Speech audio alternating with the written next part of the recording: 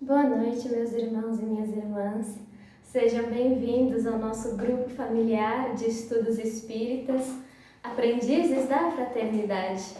E em mais esta noite, em mais este dia, aqui estou eu novamente para, espero, a alegria de vocês. Em mais este momento de comunhão fraterna, de comunhão entre irmãos, entre amigos e também com a espiritualidade amiga. E que em mais este momento, para podermos iniciar esta palestra, que possamos fechar os nossos olhos e permitir que a melodia do ambiente entre em sintonia com o nosso coração,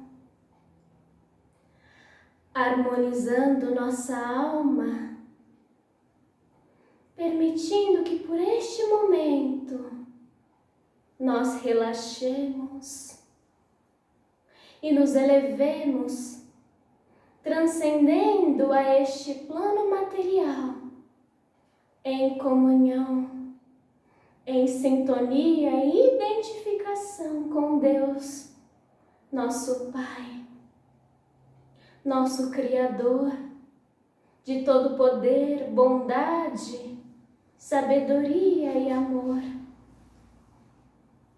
Que neste momento de comunhão fraterna, de troca de saberes, de conhecimentos e experiências, em que nos permitirmos crescer em conjunto, em grupo, pelo coletivo, junto à assistência e ao auxílio de nossos irmãos benfeitores espirituais, que possamos pedir a permissão de Deus, nosso Pai, e de nosso irmão maior Jesus Cristo, para darmos por início a esta exposição, a esta palestra, fazendo a prece que o Senhor nos ensinou, assim dizendo: Pai nosso que estais no céu, santificado seja o vosso nome. Venha a nós o vosso reino, seja feita a vossa vontade, assim na terra como no céu. O pão nosso de cada dia nos dai hoje. Perdoai as nossas ofensas, assim como nós perdoamos a quem nos tem ofendido.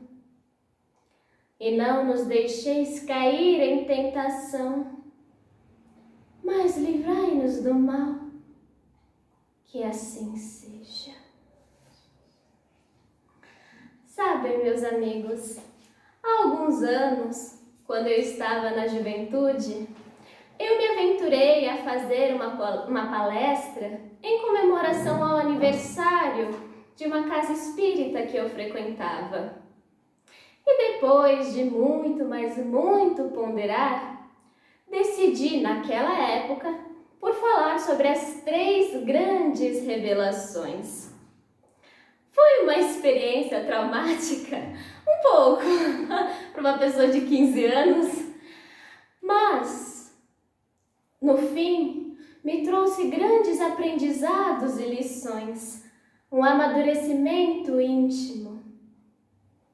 E em um episódio de nostalgia nestas últimas semanas, senti muita vontade de reproduzir novamente aquela palestra, com um novo olhar, obviamente, considerando a passagem do tempo, mas trazendo a essência daquela exposição, os sentimentos projetados e as ideias transmitidas, ou melhor dizendo, as lições transmitidas. Por isso que neste dia de hoje, nesta quinta-feira, eu irei falar sobre as 3 grandes revelações. Primeiramente, é preciso entender por que chamar de revelação. O que é, afinal, uma revelação? No dicionário nos é explicado que revelação é o ato ou efeito de revelar, tirar o véu, deixar ver, fazer conhecer o que era secreto ou ignorado, trazer luz ao desconhecido. E ainda mais, pela teologia, revelação significa o ato pelo qual Deus fez saber os seus mistérios, a sua vontade, o seu propósito, a sua providência e as suas leis. E observando os feitos e contribuições de Moisés, Jesus Cristo e da doutrina espírita, que vieram como intermediários dos desígnios do Pai, concluímos que estas observações, que estas designações são bastante legítimas. No livro Cintilações das Estrelas, o Espírito Camilo nos esclarece: em tudo há um planejamento divino, um controle superior, de forma que Deus jamais age de improviso e sempre está presente, inspirando a criatura humana para a sua plenitude espiritual, etapa a etapa, sem pressa, como, por exemplo, ao permitir a reencarnação de espíritos evoluídos que nos trazem elevados conceitos e posturas nobres por meio de revelações. Missionário da renovação, Moisés reencarnou no seio do povo hebreu por volta do século 13 a.C., com a missão de libertá-los do jugo dos egípcios, conduzi-los à terra prometida e estabelecer as bases da justiça e do direito, oferecendo àquelas mentes a concepção do Deus único. Por essa razão, Moisés, no Monte Sinai, nos traz o Decálogo, que constitui-se de uma bússola segura, de um farol a nortear a ordem social dos povos. Através dos 10 mandamentos, grava-se para a humanidade a lei de causa e efeito, só que sob o nome de lei de talião, olho por olho e dente por dente. E consagra-se o monoteísmo no coração e na mente das criaturas. Claro que, atendendo aos ditames da época, o líder hebreu, guiando um povo naturalmente turbulento e indisciplinado, enraizado por abusos, preconceitos e condutas levianas e inadequadas, tenta imprimir as nuances do respeito ao semelhante e da fidelidade a um único Senhor. Na condição de crianças espirituais, precisavam de tal forma de diretrizes mais impositivas, restritivas e limitantes. Logo, ao estabelecer o princípio da justiça, o Decálogo nos prescreve o que devemos, mas principalmente o que não devemos fazer, quase como uma norma de conduta. Observem, meus amigos, que dentre os 10 mandamentos, 7 deles se iniciam com o imperativo negativo do que não deve ser feito. Não obstante, os mandamentos de Deus, enviados por intermédio de Moisés, contêm o germe da mais ampla moral cristã, só que apropriada à condição de entendimento dos homens da época, já que se fosse de maneira diferente, não lhes tocaria os sentimentos e os sentidos. Era-lhes necessária uma representação de Deus quase material, impositiva, impiedosa, autoritária, vingativa, terrível, para assim lhes conduzir.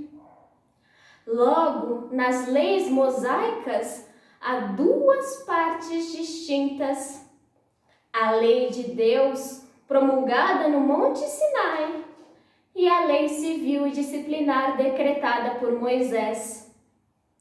Uma divina e invariável, e a outra apropriada aos costumes e ao caráter do povo. Agora, personificando a segunda e a maior das revelações, com Jesus Cristo, Messias e Salvador da humanidade, temos a revelação do eterno amor, da boa nova, da reluzente boa nova. Por certo, ninguém nesta terra exerceu maior influência na história e, sobretudo, nos corações humanos do que é exercida por Jesus. Suas palavras doces e profundas tocavam verdadeiramente os corações, deixando-os com marcas indeléveis. Seu influxo moral é sentido até hoje. Ele é genuinamente o caminho permanente para o divino amor. O caminho, a verdade e a vida. Ninguém vai ao Pai senão por Ele. Jesus veio com o propósito de trazer para a terra os fundamentos do eterno amor e da verdade. A mensagem da paz que pudesse transformar os corações humanos.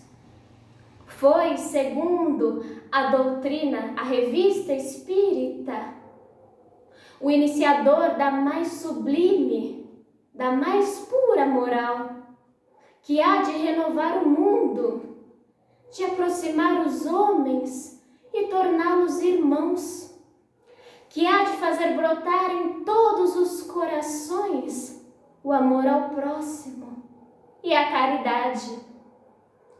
Ele veio nos ensinar que Deus, diferente da representação feita por Moisés, era de fato Pai, de infinito amor, bondade, sabedoria e justiça, nos esclarecendo também que a verdadeira vida não é a que transcorre na terra, mas a que é vivida e sentida no reino dos céus, que é edificada em nossos corações, indicando o caminho que a esse reino conduz. Enfim, resumiu toda a lei e os profetas em uma única expressão: amar a Deus sobre todas as coisas e ao próximo como a si mesmo. O Cristo sempre deixou claro que não veio ao mundo destruir a lei de Deus, mas sim cumpri-la, desenvolvê-la, dar-lhe o verdadeiro sentido, acrescentando a lei de Moisés, ou melhor, a lei de Deus, a revelação de Moisés, o amor ao próximo, a vida futura e a necessidade do perdão. Bom, se eu pudesse, eu ficaria a palestra inteira só falando deste irmão, este espírito iluminado, porque ele não foi só um grande revolucionário, favorecendo notáveis transformações nos valores, costumes e tradições da época, sem empunhar uma arma sequer.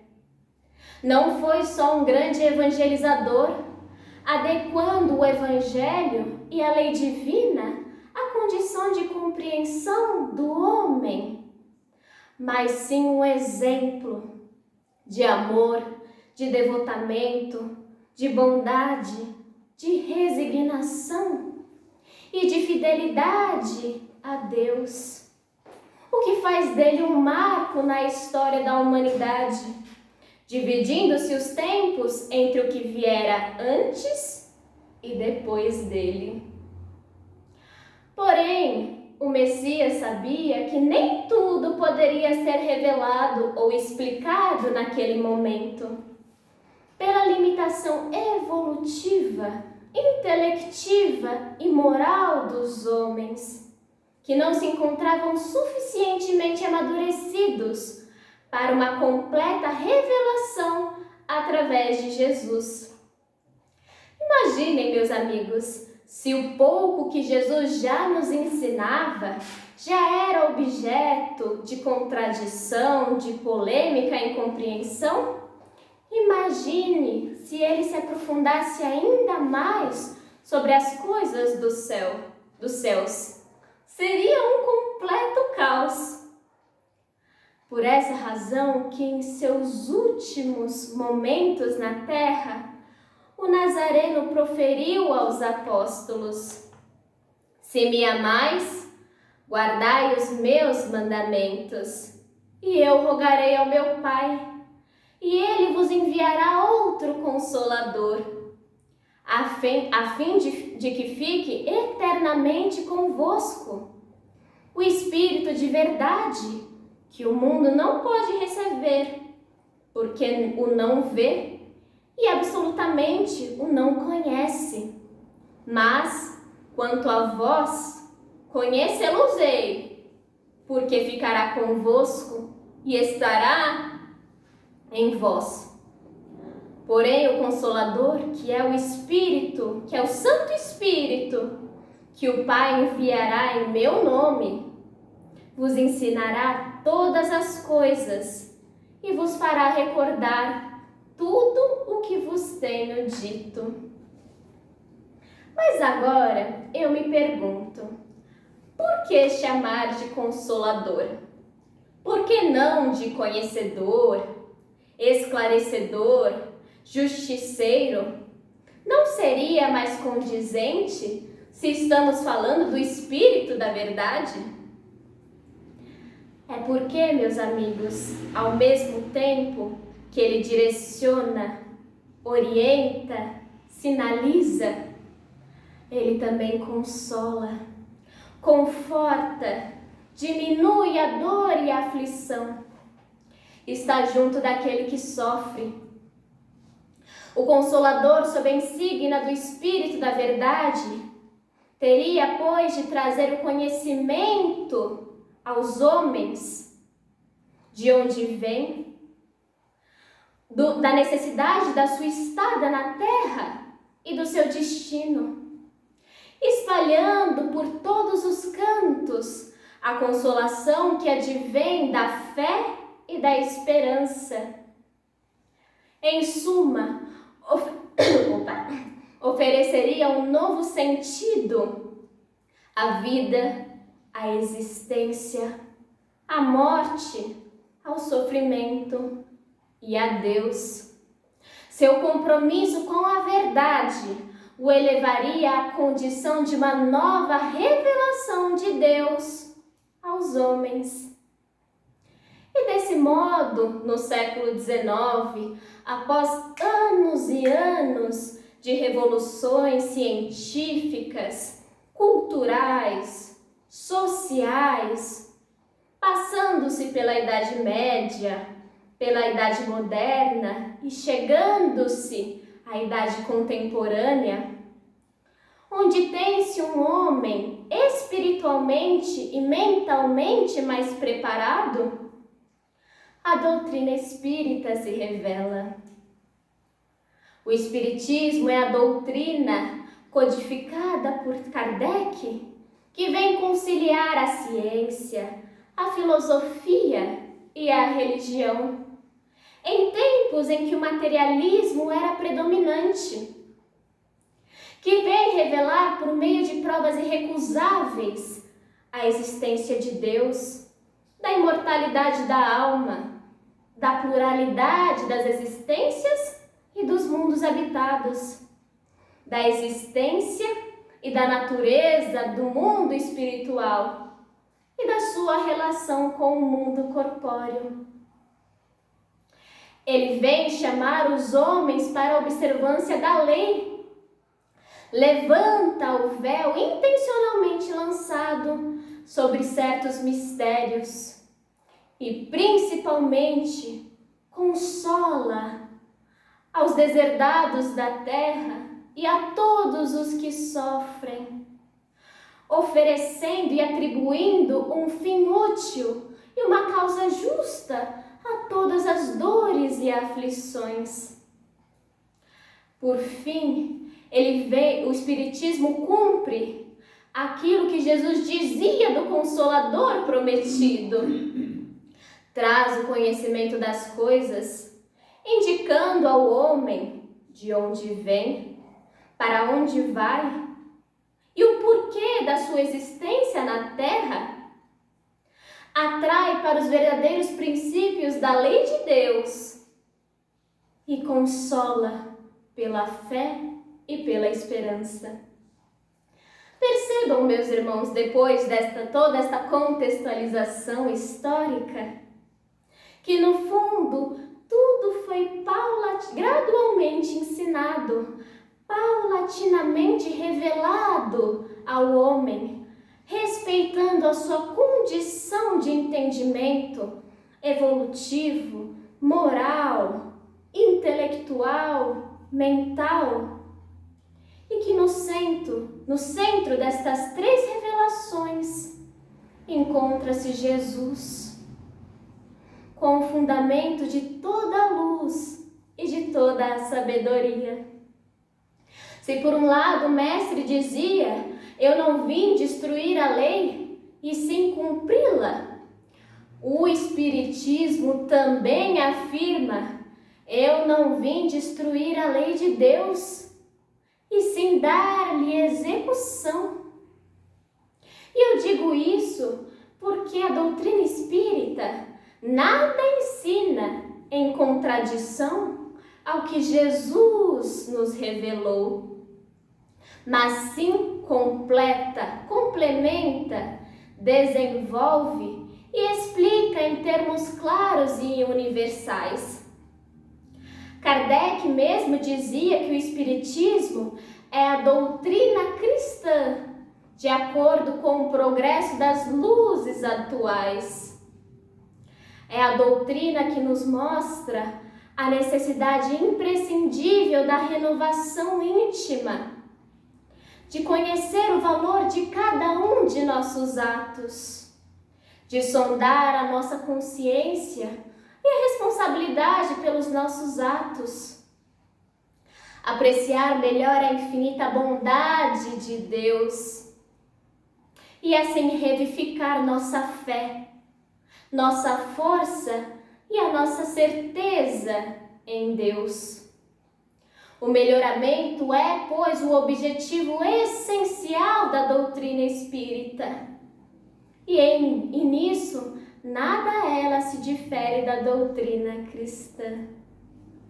Deste modo, o Espiritismo pode sim ser considerado uma doutrina cristã, na medida em que seus princípios fundamentais expressam o pensamento puro e redivivo de nosso Senhor Jesus Cristo. E para finalizar esta palestra, fazendo uma breve conclusão, nosso irmão Emmanuel, no livro Consolador, assim nos escreve: Moisés trouxe a missão da justiça, o Evangelho, a revelação insuperável do amor, e o Espiritismo, em sua feição de cristianismo redivivo, traz por sua vez a sublime tarefa da verdade. Mas, no centro das três revelações, encontra-se Jesus Cristo, como fundamento de toda a luz e de toda a sabedoria. É que com o amor, a lei manifestou-se na terra no seu esplendor máximo. A justiça e a verdade nada mais são que os instrumentos divinos de sua exteriorização. A justiça, portanto, lhe aplainou os caminhos, e a verdade, conseguintemente, esclarece os seus divinos ensinamentos. E acima de tudo isso, encontra-se Deus, nosso Pai de infinito amor, que nos ama, de infinita bondade e sabedoria, a presidir o nosso caminho, a nossa gloriosa jornada em direção à luz. E assim, meus amigos, para finalizarmos esta palestra, a mais este momento de confraternização com o plano maior da vida, este momento de comunhão com Deus, nosso Pai, que possamos fechar os nossos olhos e permitir que a mente alce voos equidistantes à procura do nosso Criador. E neste momento em que nos encontramos com Ele, deitamos nossa destra em seu colo e abrimos o nosso coração. Compartilhamos nossas vitórias, as nossas derrotas, os nossos desafios e as nossas dificuldades. E Deus nos acolhe em seu peito e nos diz: bem-aventurados aqueles que sofrem, pois eu vos aliviarei. Vem aqui, meu filho, e segue sua jornada. Esta jornada difícil, esta jornada desafiadora, em direção à luz, em direção à nossa transcendência. E neste momento de comunhão entre amigos, entre irmãos e com a espiritualidade amiga, fortalecendo os nossos laços de afinidade, de irmandade, nós agradecemos a Deus, honramos o seu nome pelas oportunidades que nos são oferecidas, pelas revelações e pelos ensinamentos que nos fazem crescer, que nos fazem amadurecer e nos desenvolver enquanto homens e enquanto espíritos filhos de Deus, filhos do Criador. Revelações que se propõem a nos guiar, a nos conduzir o caminho, que se propõe a nossa elevação e a nossa transformação. E para que assim possamos finalizar a mais esta palestra, a mais esta exposição, que possamos assim fazer a prece que o Senhor nos ensinou. Em seus glorioso momento aqui na terra, assim dizendo: Pai nosso que estais no céu, santificado seja o vosso nome. Venha a nós o vosso reino. Seja feita a vossa vontade, assim na terra como no céu. O pão nosso de cada dia nos dai hoje. Perdoai as nossas ofensas, assim como nós perdoamos a quem nos tem ofendido. e não nos deixeis cair em tentação, mas livrai-nos do mal, que assim seja.